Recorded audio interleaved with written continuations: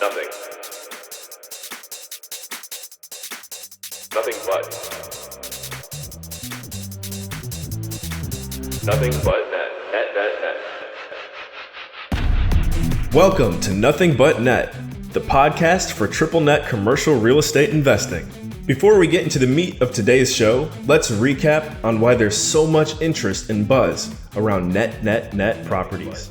Triple net properties are commercial real estate investments where the tenants, usually brand name corporations, pay you rent every month. Can you say mailbox money? In addition, they pay the real estate taxes, insurance, and maintenance for the property. No toilets, termites, or taxes. What's not to like? You can remember what net or triple net stands for by using TIM, taxes, insurance, and maintenance. With triple net properties, there's lower risk income and cash flow because rents are guaranteed by strong credit tenants. Preservation of wealth, because rent increases and property appreciation are bulwarks against inflation and a great store of value. Tax efficiency. The government wants investment in commercial real estate, so they provide inducements through depreciation and deductions which shelter income from taxation. Tax deferral, which gives potential for infinite tax deferral with 1031 exchanges, which are very popular in the triple net space. Triple net properties are a tangible asset, and as Mark Twain once said, buy land. They ain't making any more of it.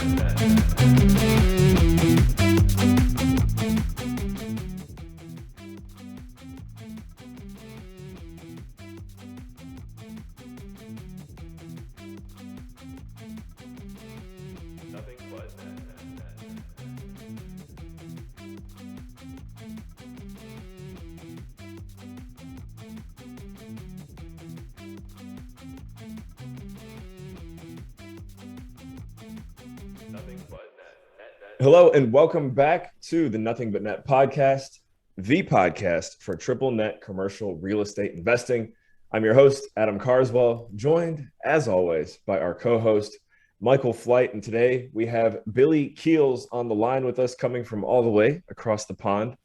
We're in 3 countries here today on the Nothing But Net podcast, Michael. And I don't know if that's a first, but definitely an exciting moment and an exciting topic at hand as well. Billy is definitely, just an amazing guy, right? I know we've got some interesting backstories on how we got to know him, and he happens to be from Ohio, where I'm originally from, doing some just innovative things, quite frankly, when it comes to investing, especially overseas. So I know that's why we brought him on here today. But Michael, any introductory words for Mr. Keels? Well, we like to call Billy Barcelona Billy. Billy, I instantly met him. I met him at a real estate guys event. They knew there was something different about him because he's wearing like some of the most coolest suits, and he's got the European scarf going.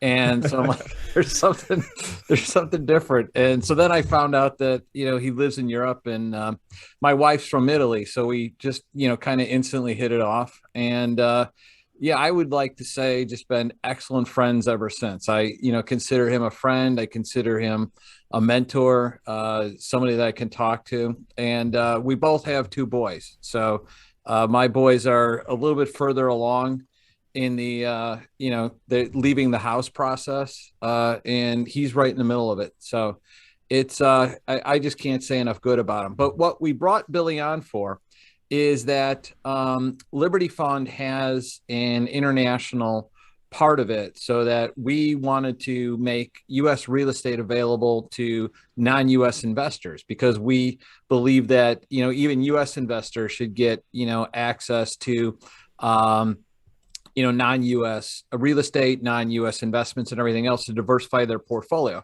So what we really wanted to do was provide high quality U.S. real estate to non-U.S. investors. And Billy is an expert at that because he's an expatriate and he's been living. We'll let him talk about, his story. I want to say that too, because you just reminded me, Billy's, his investment strategy thesis, the way he's been going about this. This is before everyone in the world had a Zoom account, right? And I remember I even heard him on a podcast. It had to be, 2017, 2018. I was like, man, this guy's so cool. And I remember if you look through our LinkedIn DMs, Billy, I think I DM'd you before we actually met face to face, and then Michael introduced us, and it was it's pretty much game over from there. But Yeah. so I know Michael asked you a question too, so I know it's a lot to take on, but if you feel free to just elaborate on everything we just said. Adam, why don't you just give a little bit of Billy's biography if you do have it in front of you, or should we have Billy do that? I think it might be even better if Billy does. Yeah, guys. Yeah, I mean, you guys are saying all these cool things, and I appreciate the heck out of the two of you, and just really very, very fortunate to have the two of you in my life, in my circle, and be able to draw, share, exchange, and things like that. And it's really an honor to be here with the two of you today. And so, yeah, I guess, me, just a guy from Columbus, Ohio. I planned on being in Europe because I'd had this really amazing opportunity after college where I was working and traveling throughout some 58 different countries. And that really kind of sparked a bug in me, I guess, where I wanted to continue to travel. So I took a 1-year sabbatical, and that was 2 weeks after 9/11. It was the 25th of September, 2001. Took a flight from JFK to Paris Charles de Gaulle. So Paris, France, I guess, is where I was. And that was supposed to be 1-year sabbatical. I was going to learn the French language and culture. I was going to learn how to salsa dance. Don't ask me why. And I was going to learn more about wine. And since then, I left France. I moved to a town called Montpellier down in the south. I got in the IT industry. I went from there to Sardinia in Cagliari. So, Michael, you know that very well. And I know, Adam, you also knew that. And then I went back to Montpellier, and then I've been living in Barcelona, Spain, or Barcelona, España, since July of 2005. And so I guess that 1-year sabbatical has turned into a marriage, 2 children, 3 countries, 4 additional languages, and also have now had the opportunity to be influenced and meet people from 86 different countries throughout my travels, whether I was living in a country or working in a country. And so just to confirm, you've been to 86 countries. That's correct. Yep. 86 countries. That's fantastic. Yeah. That's a life right there. Yeah, I mean, I'm really, really blessed in that regards, right? Having a chance, especially right after college. I mean, I was 21 years old or something like that, and I was traveling around 58 countries in 5 years. It was 25, 28 days a month where I was seeing and meeting people that were a lot of Fortune 500 execs. I didn't realize how important those people were in terms of the way that they affect the global economies and things like that. And so I kind of took it in stride because I was just like young and traveling all around the world. But I started realizing not only the experience of people that I was meeting in local cultures, but also having this corporate influence and seeing the structure, the organization, the opportunity to be trained and led by really, companies that are market leading companies. But I didn't want to keep doing that. And I just got tired of traveling around the world. I wanted to learn a new language and wanted to just kind of take a year off. And yeah, since then I've kept traveling and kept meeting people and continue to try to learn and trying to add value to other people. And like I said, I was in the corporate world, and over the last, I guess, just short of 7 years, I've also now really, not only I like the corporate world, but I've fallen in love with being able to add value to people and being able to do that through assets that are real assets and helping people derive benefits from those assets and create options for their lives. So you guys, the same thing. Yeah, I got one right here. I was thinking, from that experience where you said, I think it was like 58 countries in 5 years, you learn how to communicate with people in a way that you probably didn't communicate with people ever before, just different cultures. And so one thing that I found, like comparing North America to Europe, or maybe even other parts of the world, can't say specifically, but America to Europe, if you're going to network with someone in the European environment in general, it's more like, hey, like, let's go hang out, let's go be friends. Where America's like, hi, my name's Bill. What do you do? Do you work every day of the week? So what has been your biggest takeaway to as far as influencing European or foreign investors? Because I'm sure the influence has to be a little bit different. Yeah, well, a couple of things, and I'm going to answer this on influence, but it is really important because also I'm a fellow podcaster, and I know that you guys take a lot of time and you put a lot of heart and energy into this, and it's really important for me to share this with your entire tribe. That because you put so much love. Can you just hold on one second? What's the name of your podcast so we know that right now, and then we'll talk about it later. Yeah, sure. It's let me tell that. I'll tell you what it is. But if you're listening already, everybody, make sure that you take a moment just to leave an honest written review and a rating, because like I said, Adam and Michael put a lot into this and really are doing an amazing job. So it's just something I like to share. And yes, the name of my podcast is the Going Long Podcast with Billy Keels. You can find it on all the major platforms and stuff like that. So Going Long Podcast with Billy Keels. Going Long Podcast with Billy Keels. Yes. And so, Adam, I think a lot about the influence and the way that you do that. I guess at the end of the day, even though we think it's really different, I really, now having seen people from so many different parts of the world, if you're truly looking to build a relationship with people and you are genuine in your approach and you're genuine in the way that you are asking your questions or you're listening or you have a curiosity, what I found is that that's pretty much global, right? There are different ways maybe to connect. Whereas, like you were using the example before, where in North America, maybe it's more of a kind of, it feels transactional, but really that's just part of the way we do things in North America. And so even when you're in that kind of, hey, how are you? Where do you work? What are you doing? If you're genuine in your approach and you're really wanting to understand that, Adam does this and he's adding benefit to other people in that way, and then want to continue to build the relationship with you, you have to do the things and take the steps to really build the relationship and not just have it a surface conversation. Because sometimes, even though here in Europe, it feels really close and you build really good relationships, I mean, there are definitely people that are just trying to get out and make a fast euro, for not to say a fast buck, and aren't really looking to put in the work. And so, the people that are globally putting in the work are the ones that are globally making the biggest impact and influencing the people the most in the most positive way. So hopefully that answers your question. Yeah. And the other thing that I really kind of wanted to hit on, because I don't think we've ever had somebody on yet that is kind of almost a full-time real estate investor and still, W-2 type of worker or a salaried worker. Yep. So how do you split your time, and what, can you say to people that are looking, even if they don't want to be full-time, but they want to investigate passive investments. So how do they go about starting that? Yeah. And I love that question. And one of the things that it depends on, what are you trying to achieve? Like personally, individually, what is it that you are trying to achieve? If you want to, let's say you can be an active investor or a passive investor, right? I know a lot of people, and I know a lot of people say you hate your job, and 80% of people hate their jobs and all that stuff. I don't fit in that category. So I'm someone who I really like my corporate job.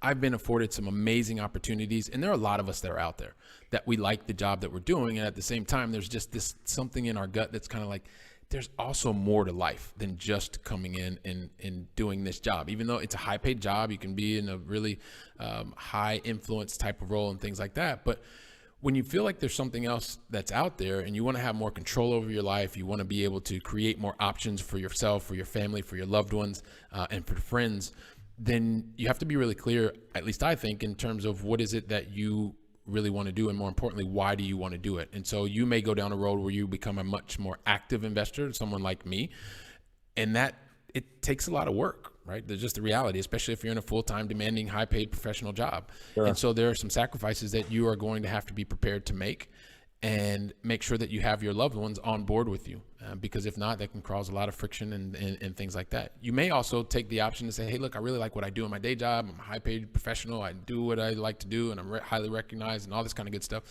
And I still have this feeling like I should be able to create more options, feel even better about when I come into work. And that's getting and aligning yourself with like, okay, well, what is it that I really want to be able to do to gain more control over my financial life and become someone like a passive investor? So you are investing your time, your energy, your capital, you're getting educated, and eventually you are also placing your funds and your time and your trust with someone else. And so depending on if you go an active route or a passive route, you're still going to need to put in the time to get educated, time to meet people, time to build strong relationships like Adam was talking about earlier. And at the same time, make sure that you keep doing what you like doing in your corporate job so that you can, well, parlay, I guess, what all the positive things that you're doing in your day job and that active income that you're receiving, and be able to then use it to gain more control over your life, whether you're doing it actively or passively. So it's not something that I would say is super, super easy. And at the same time, it's definitely possible because many of us are doing it. And it's something that when you can reach out to other people, learn from other people, and become more involved, that it becomes a more, I guess, efficient way to do it. So, but also too, one of the things, Michael, I don't sleep very much. so that's also a big benefit for me. So I wake up really, really early, and I typically go to bed. I'm up usually by 5 o'clock, and I'm in bed by probably 10:30, 11. But that's all right. That's just me. Well, I really like the point that you hit on with options, because one of the things that I've most loved about real estate is it gives you a lot more options. If you're So number one, you get passive income. You don't have to do it active. And I think, you hit on it.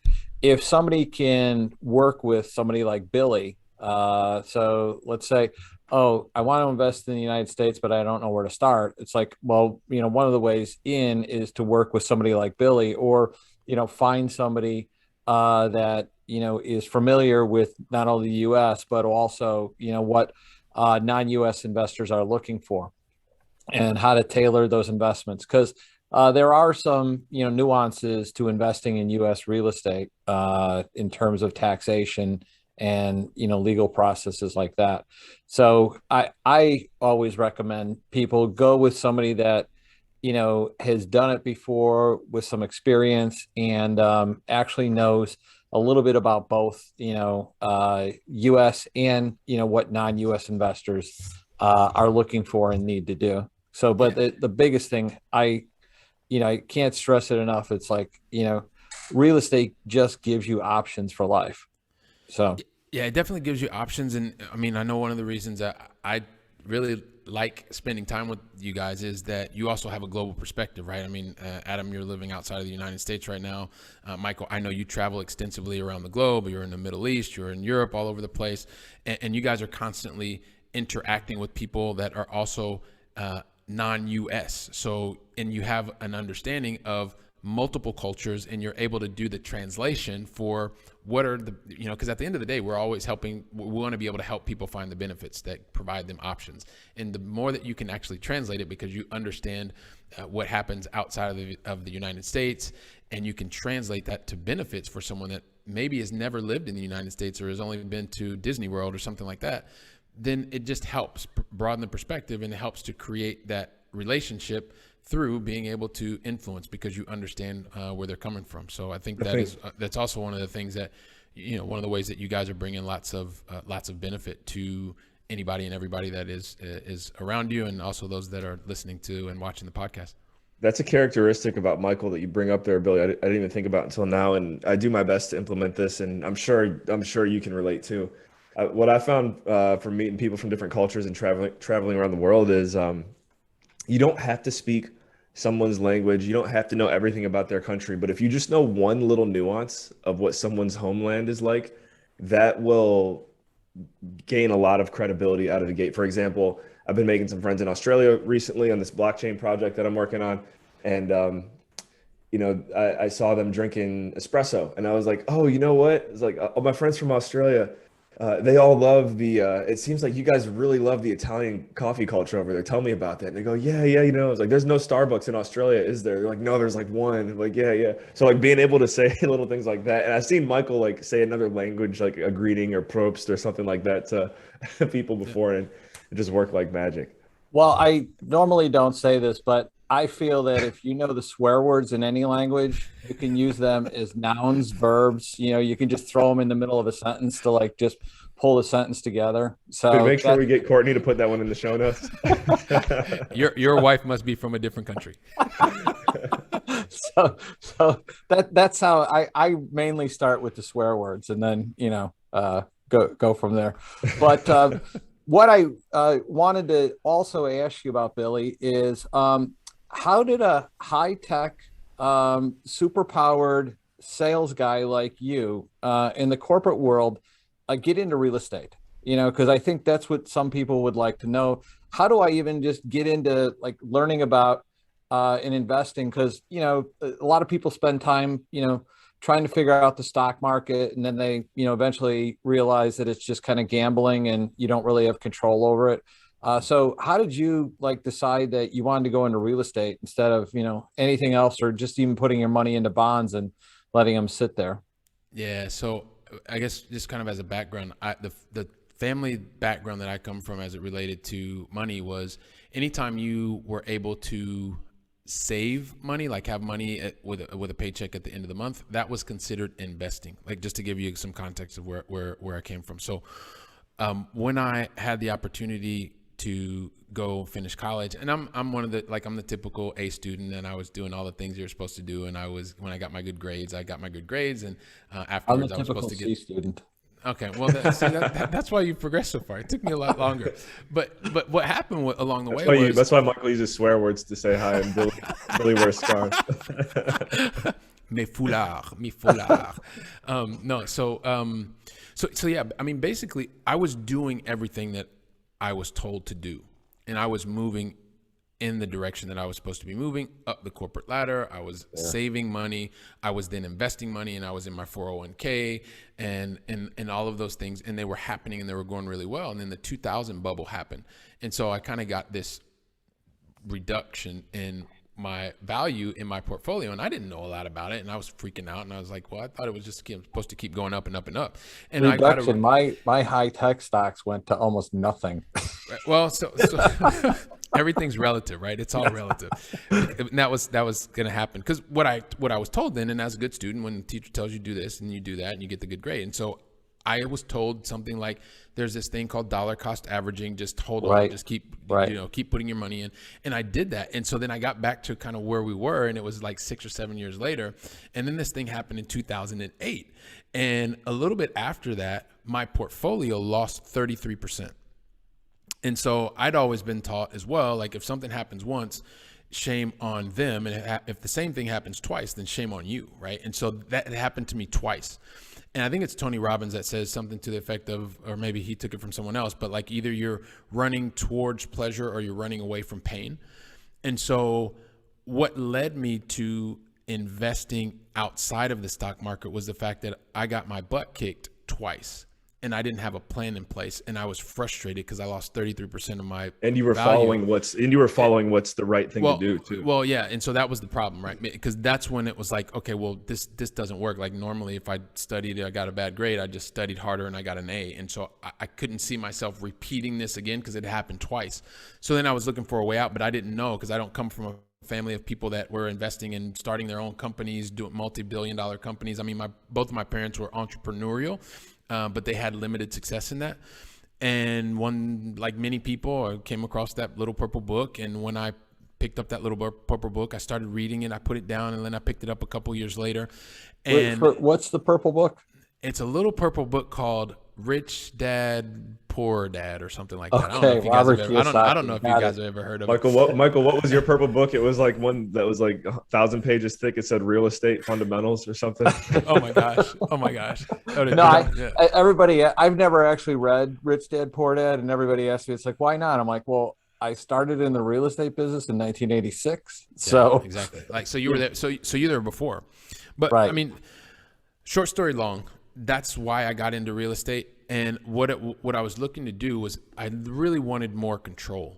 Like I was trying to get into something that I could have more control over. And so when I read the book and then I started watching podcasts, and I started looking at some YouTube videos at the time, and because there's not a big culture of real estate investing in Spain where I live. And so I started recognizing like, wow, this is a way that I can actually have more control. I can create consistent income over time. And it was like cash flow. And that started clicking in my mind. Then I was like, well, and you can also get some tax benefits, although I wasn't really thinking about that now, now my mind thinks about that first almost, because it's not about how much money I make, it's about how much money I keep. And so that's also been the kind of the evolution that's happened over the number of years. But basically, I was looking for control, wanted more options, and this was a way to invest directly into something that I had more control over. And then when I started investing and my portfolio started growing, and then I found out that I could actually invest with and through other people that I met, and they were in direct control. And so I found out about passive investing after I'd already purchased like my first 4 properties. like smaller multifamily properties. I bought a mobile home park, and then I found out about these things that you can invest in, where ATM machines, and then I got into energy equipment and all this different kind of stuff. And what I realized was, wow, you can actually have more control. And had I learned about passive investing first, because of the fact that I'm a high paid professional and I'm very busy, I would have probably done a lot more of that sooner.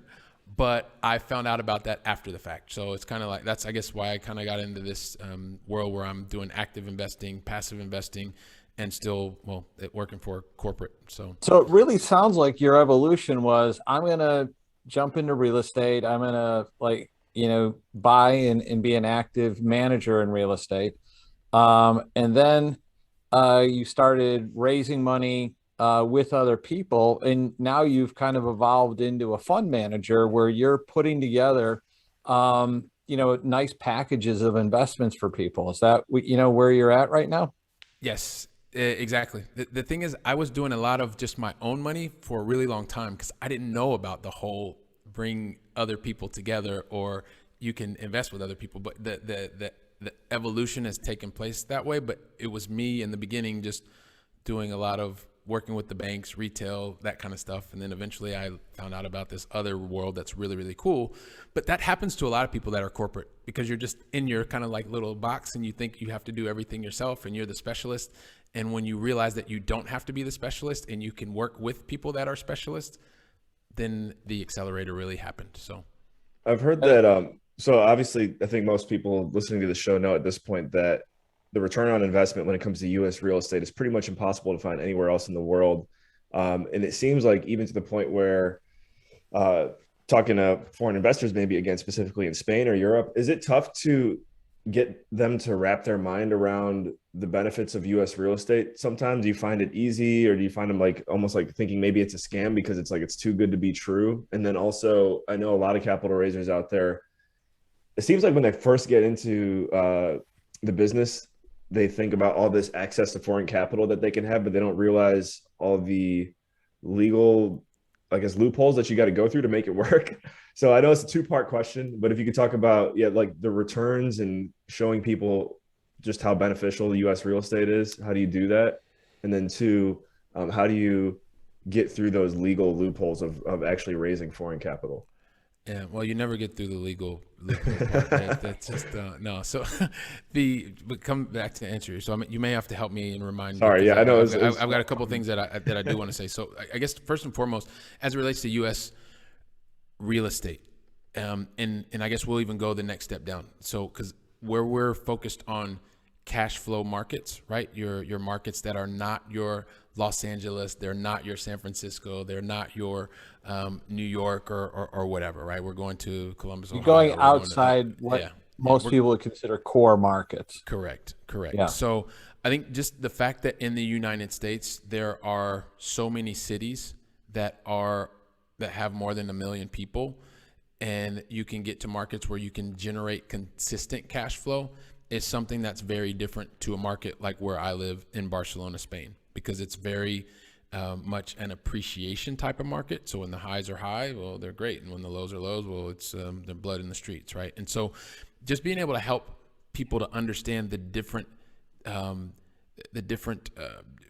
demographics, the different economic factors that are happening politically, what's happening in the United States, it's just very different. So you kind of have to help people understand that it's not an apples to apples comparison, and you have to help them understand that, because if people don't fundamentally understand the difference of the dynamics of the US market, then it's going to be really, really hard, because most people are going to think it's science fiction, it's something that's kind of fake, you're going to try and take people's money and run, or whatever the case may be. So I think it starts there first and foremost. And if people allow themselves to do their own homework, get out, find out that the information that you're telling them is valid and that the market dynamics are very different, then it gives you the opportunity to then show them how they can benefit. Because at the end of the day, if they can't benefit, they don't really care. And so does that answer the first part of the question, yeah, Adam? Very, okay, cool. Yeah. So what you're saying is a lot of European, and that's what you're most familiar with, are buy and hold markets, so that you're just buying it, you're holding it, you're not getting a whole bunch of cash flow, and you're not getting a whole bunch of income. And the kind of the opposite depending on the market in the US, you can actually get income and you can get appreciation. That's correct. And then you add on the tax benefits and you add on the equity buildup that you don't get in a lot of different places. Now, when I say Europe, primarily the people that I've worked and dealt with are in Spain, France, and Italy, primarily. Okay. Although every day we're speaking to people in different countries, which is kind of cool. But the other thing that I think is important to realize is when you're outside of the any country, right? So if you're outside of the Eurozone, then people, if you think about investing in dollars, or you're thinking about in krona, or you're thinking about in Swiss francs, there's currency, right? There's a difference in currency. So you may tell someone that, hey, listen, we have a projected return of X, but that's in dollars. They're investing in euros. They're investing in pounds. They're investing in whatever the case may be. So you have to take that into consideration. And if you're not able to be prepared for that type of a question, well, then you could potentially lose some validity, right, in front of the person that you're talking about. So I think and this comes to like to you guys, I mean, you're traveling around and you're seeing different things. You just have to help people understand that, yes, this opportunity does exist. There are other things that they have to take into consideration. What are the taxation rules in their country? What happens with currency fluctuation? What happens with legal ramifications? And be prepared to answer those questions. You may not know all those questions right in the very beginning, but once you start understanding them and you can talk to people about them in a way that helps them to feel comfortable and confident, then it helps you to add even more value to that person. So are some of your pitch decks in euros? I'm sorry? I said, are some of your pitch decks in euros? Well, not mine, no, because I deal exclusively in dollars. But I know how to speak euros. I know how to speak Swiss francs. I know how to speak pounds. And that's something that's important, because you need to be able to make that connection and help someone understand that, hey, listen, even though look at the currency fluctuation, what has happened over the last 10 years, over the last 5 years, is that something that we would expect to move forward? Yes, there's a lot of printing that's happening in the European Central Bank. The same thing is happening in the Federal Reserve. And how could this potentially affect you? Are you willing to sleep well at night? Yes. Okay, perfect. We can move forward. No, you're not. Okay. Well, then look, I don't want to waste your time, because it's probably not going to be the right thing for you. If you can't sleep well at night, and this is one of the things I always like to talk to people about, especially a lot lately, is return on sleep. It doesn't matter what the return, it doesn't matter what the percentage return is. If it's a 99% return, but you're not going to sleep well at night, then the ROS is negative. So you need to go on and do something else. Nice. The ROS, return on sleep. So that's something that we need to get in the show notes. Just, Billy Keels, return on, calculation. I just want to say, so I'm listening to this and I'm like, this is exactly, and I'm going to just inject blockchain into this. And I know, we didn't want to go down there, but exactly why I love security tokens, and I love what blockchain and what the new economy is going to do. Because I always tell people, and I'm just going to bring up Liberty Fund because that's what I know. Yeah. It's like you could get paid in dollars, or you could get paid in euros, or you could get paid in Ethereum, or you could get paid in US dollar stablecoin. But the really cool thing is you could dollar cost average out of the dollar, and also dollar cost average out of the euro, and you're like actually just in your own wallet, and you're outside the banking system. So it's really cool. You can actually like then get higher returns off of that. But that's why we're talking about options, and that's what I really am so excited about in terms of what security tokens are going to do for people all over the world moving forward, and the tokenization of real estate is going to do for all over the people all over the world, is going to give them extra options to where to invest, how much they can invest, how they can invest, and also just create human flourishing in other parts of the world, all over the world. Yeah, and this is one of the things that, it's almost, I guess, because I'm in an IT space, like there's like you have this middleware kind of stuff, which does a lot of translations from one type of technology to the other, and all this stuff. Right. And that is very similar to what you're talking about. And the thing is you have to be willing to invest your time to understand it, right? It's like people that are, they consistently are just putting money into 401ks, and you can sit down with people and you say, well, look, this is the impact that could have if the market goes up, if the market goes down, and it's gonna, if it goes down 10%, it goes up 10%, or it goes up 10%, goes down 10%, you're gonna have to work a whole lot harder for it to get back to its original state.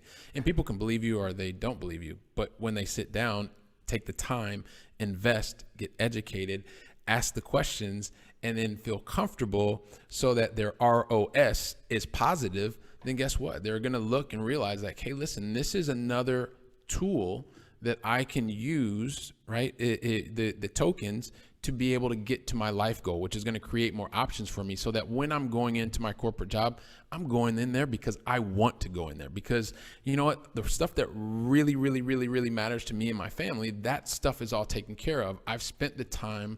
I've gotten educated. I met Michael. He talked me through it. I met Adam. He talked me through it. And I feel much more comfortable and confident. And this is another, it's not the only thing I'm going to do, but using the tokens is going to be something else that I add because it's creating options and more freedom for me and my family.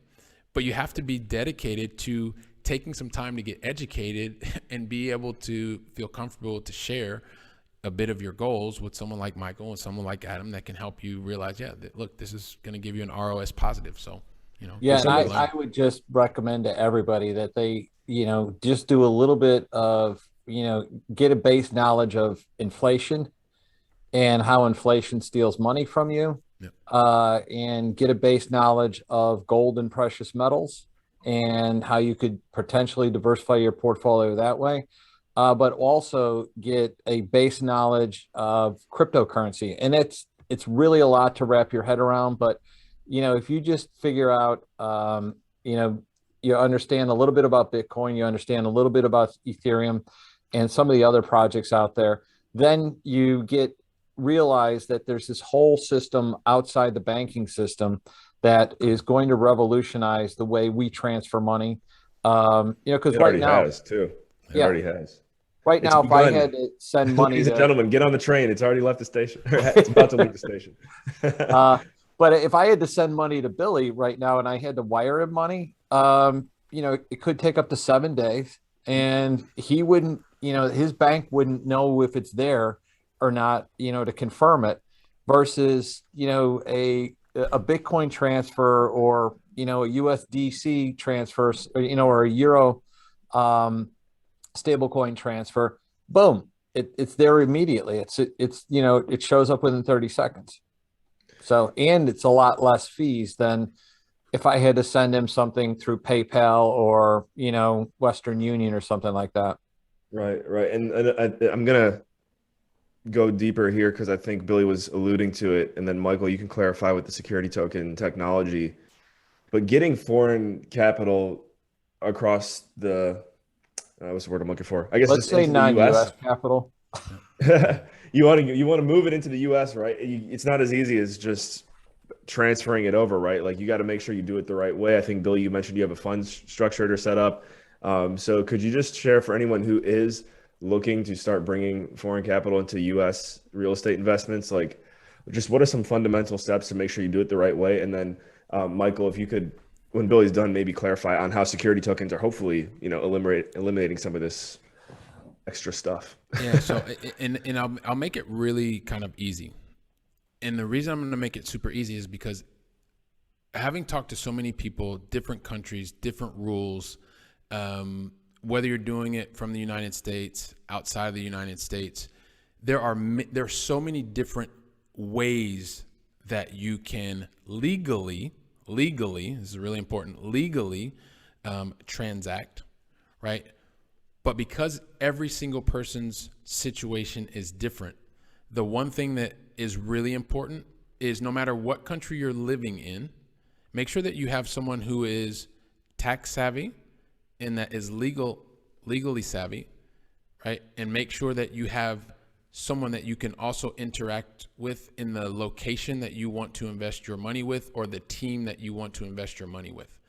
Like that's the way that you make sure that you're doing it absolutely positively. Because you can talk about Reg S, you can talk about this type of fund that's based in that type of place, or you can talk about setting up these different company structures. Like all of those can be very legitimate legal ways to be involved in US based assets.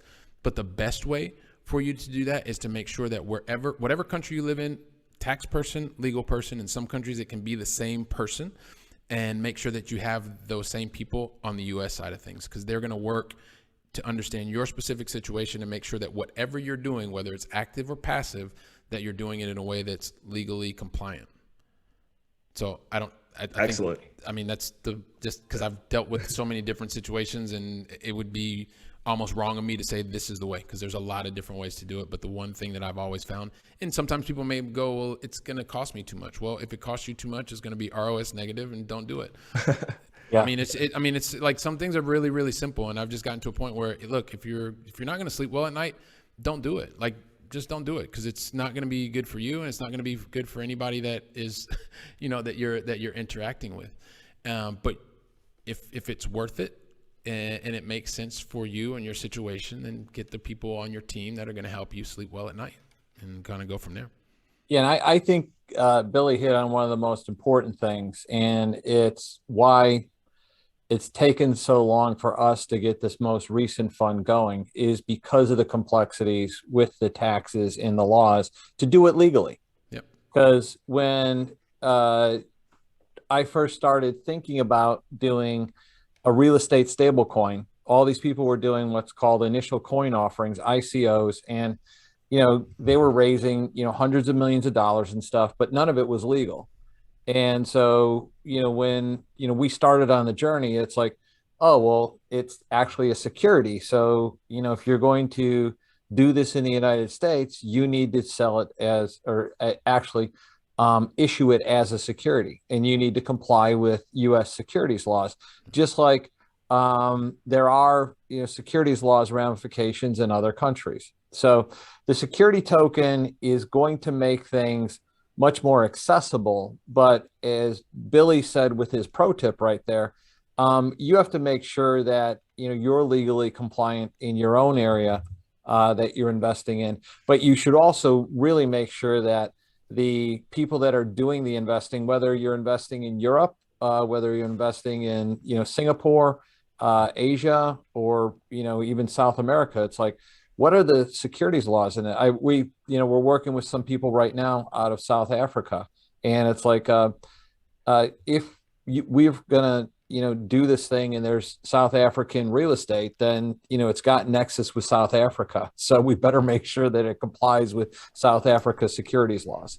Yeah. So, and, there's also, Adam, there's some countries that have capital controls so that they just can't, get rid of it. They just can't invest.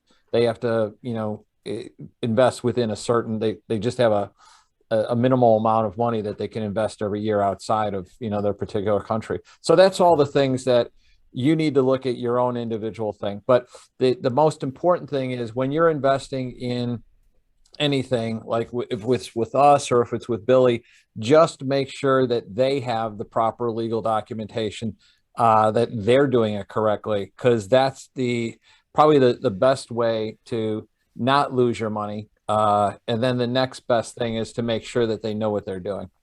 Yeah, and I'm just going to reiterate this, because it's really important that you must, even if someone's a massive expert in country X, right?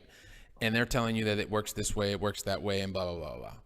If you live in country Y, take what they said from country X perspective, but you better check it from country Y perspective as well. Right. Because unless you may be the most, you may know more than anything else in country X.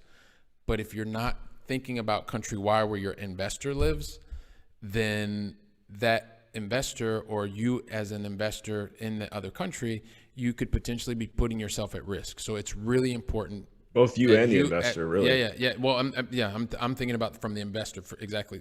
So as an investor, listen to person in country X. Maybe you're buying a particular property, or you're investing with someone, right? Or if not, make sure, and also check in your home country. What are the implications if you invest outside of your home country? Things like that. You may find that there's no big deal, but you may find that you have to pay. We don't want to scare people off. We just want to make sure that you're doing it. Yeah, exactly. Yeah, we definitely don't want to scare people off, because we're doing it. But one of the things is that what we're here to do is also help people become more educated. It's definitely not to scare people off at all, but just make sure. Right. We're thinking about you as you're walking and you're listening and you're watching us, to just do that. And we have experience with that, so we're happy to help and talk to you about, what simple steps you can take to kind of check those boxes and sleep well at night. That's what it all comes down to, I think, at the end of the day. That's why we brought Billy on, because he's a pro. I was gonna say we have the ultimate final question here, Billy, for you. This is from both Michael and I, and are the bars in Barcelona open again yet? Well, you finished the question. Are we invited to come party with you? Well, I actually didn't make my goals of 2020, because one of my goals in 2020 was to have dinner with Billy and his wife and my wife in Barcelona, and that didn't happen. So it will. So the important thing is it will happen, right? Sometimes things are outside of our control, and we control the controllables. To answer your question, Adam, and I thought you were going to finish the question, which was, are the bars open until whatever time in the morning? So yes. So the good news is, yes, some of the bars are open depending on which cities you're in, and the hours have changed so that, depending on what time people are used to staying out, well, you stay out until the time that you can. But yes, you can still stay out at bars. Things are definitely a bit different right now, but yeah. So whenever you guys are ready to head over this way, and we can hang out. Yeah, Michael and I will be hanging out. We'll probably be hanging out in Austin by the time this podcast is out. So we'll figure out our trip to Spain then, probably. Right. Definitely, we'll be hanging out in Austin at the Blockchain Real Estate Summit. So that's right. Yes. Yep. If you're listening to this by chance before September 9th and 10th, you can go to blockchainrealestatesummit.com and get your ticket. Never too late. And we are going to be doing it virtually as well. So again, if you're kind of listening to this right before we go live, don't hesitate. We are right there waiting for you. Michael, any final comments or questions for Billy before we get out of here? I just, want to know, how old are the mini Keels? The mini Keels are 10 and 11. Wow. Okay. 10 and 11, going on 12. Billy's 100th podcast. He did and I would recommend everybody go to it. It's Going Along Podcast number 100. And it is the coolest podcast I've ever heard, because he does an interview with his two young sons, the mini Keels. And these guys are so sharp. I think Billy forces them to sit down, and read all of Robert Kiyosaki's stuff. And then they're talking about, inflation, and then they're talking about, Forex exchange and things right. Passive income. They like passive income for some reason. they're just, it's just a great listen. So. Yeah. Fantastic. Hey, you know what? There's also one other thing. So speaking of which, episode 100, but don't forget also lucky episode 13 with Mr. Michael Flight. You are such a brave character to actually join me in the very beginning. That was really, really fun. So as you're listening and watching, make sure if you're going to listen to episode 100 of the Going Along podcast, you definitely have to check out Michael Flight, episode 13. It was epic. He was awesome. And yeah, so it was a lot of fun. In the NFT space, that's what we call an OG, is Michael there. So that's an OG episode. All right. Well, Billy, thank you so much for joining us here today. This is awesome. Not to sound cliche, but seriously, a ton of value, I think, for entrepreneurs, real estate entrepreneurs, capital raisers, investors out there. So much to be unpacked here. Any parting words of wisdom on your behalf? Well, guys, what you're doing here is just awesome. I love the energy. I love being able to have the conversation. Thanks for allowing it to be, open, transparent. Definitely, like you said at the end there, Michael, we just want to share information with everybody. We want you to go in with your eyes wide open. There are so many people. I used to think, just doing this by myself, but there are lots of people around the world. So doing this in investing across borders, doing it long distance, and it's just a great way to go. I mean, I've been doing it for a while. I think you guys know, and you probably include it later. But I mean, if you ever want to chat about it, check out billykeels.com. You can go to billykeels.com/7 mistakes. You can figure out the things that you should avoid doing when you want to invest long distance, and check us out on the podcast, the Going Along Podcast with Billy Keels. And guys, keep on being awesome. And thank you so very much for the opportunity to share a little bit of my story with you. And we Absolutely. want to thank the audience that even though it wasn't directly related to net lease properties, what we're trying to do is if you are interested in investing in net lease properties, we know that there's people outside the United States that want to know how to benefit from, stable, absolutely, bonds wrapped in real estate net lease properties. So that's why we brought Billy on. But not only that, Billy's just got a fascinating story, and it might open up your, mind to say, I need to travel some more and even catch up a little bit to Billy Keels. That's right, guys. Go check him out. Billy Keels, international real estate entrepreneur and host of the Going Long podcast. As he mentioned, you can go to billykeels.com for more content, fun, and information. I think he said, what was it? billykeels.com/7 mistakes? 7 mistakes. Yep. Yeah, Right. Check that out, guys. Check that out. So, And if you're interested in learning more about net lease properties, we're always adding new information onto the libertyfund.io website. We've got a great how to analyze a property that we did, and it's in the rotation here. But the video on that is fantastic. It's how to analyze a net lease property. So go to it on our YouTube channel. It's Liberty Real Estate Fund YouTube, or to go to libertyfund.io for all the newer articles we've just done. Also, a really great article that I was really happy with was cash flow versus IRR. So it got rid of some of the myths, because a lot of people just take a look at that big IRR number that, some people say, oh yeah, we're going to get an 18 to 20 IRR. It's like, well, what's in that versus how much money are you actually getting in your pocket month in and month out? So anyway, that's Thank you, Michael. And guys, everyone tuned in, thank you for joining us here on the Nothing But Net podcast. The podcast for triple net commercial real estate investing, and also maybe a little biased here, but pretty much the ultimate resource when it comes to triple net real estate investing. So as Michael mentioned, check out libertyfund.io for those new articles as well. Subscribe, drop a rating if you can. We really would appreciate it. It helps us bring on more high profile guests like Billy in the future. I'm your host, Adam Carswell. We're joined again by Michael Flight, our co-host, and Billy Keels today.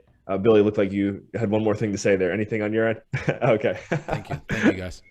All right. Thank you for tuning in, guys, and we will catch you in the next episode.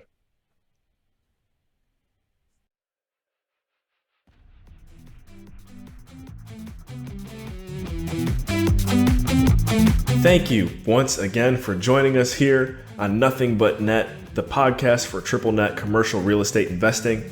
If you enjoyed what you heard today, one last friendly reminder to like, share, subscribe, or leave a review for us. It really helps a ton with the show's visibility. For the Nothing But Net team, I'm Adam Carswell. Take care. Nothing but net.